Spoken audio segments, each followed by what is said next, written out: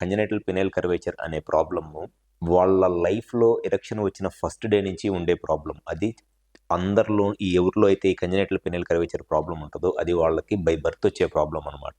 వాళ్ళకి erection notice చేసిన first erection notice చేసిన 10 ఇయర్స్‌లో గానివ్వండి, 12 ఇయర్స్‌లో గానియండి, 15 ఇయర్స్‌లో గాని వాళ్ళు ఎప్పుడైతే ఫస్ట్ ఎరెక్షన్ వస్తదో, ఆ ఫస్ట్ ఎరెక్షన్ వచ్చినప్పుడే వాళ్ళకి పెనిస్ అనేది స్ట్రెయిట్‌గా ఉండకుండా ఇట్లా బెండ్ ఉంటదనమాట.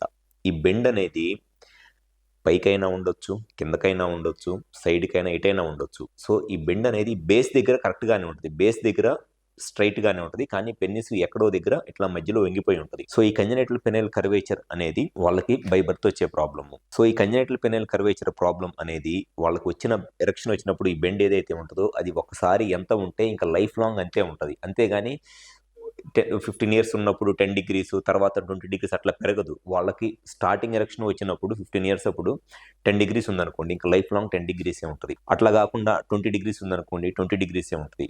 50 డిగ్రీస్ ఉందనుకోండి, లైఫ్ లాంగ్ 50 డిగ్రీసే ఉంటది. అంతేగాని అది ఏజ్‌తో పాటు ఇంకో దాని ప్రకారం పెరగదు.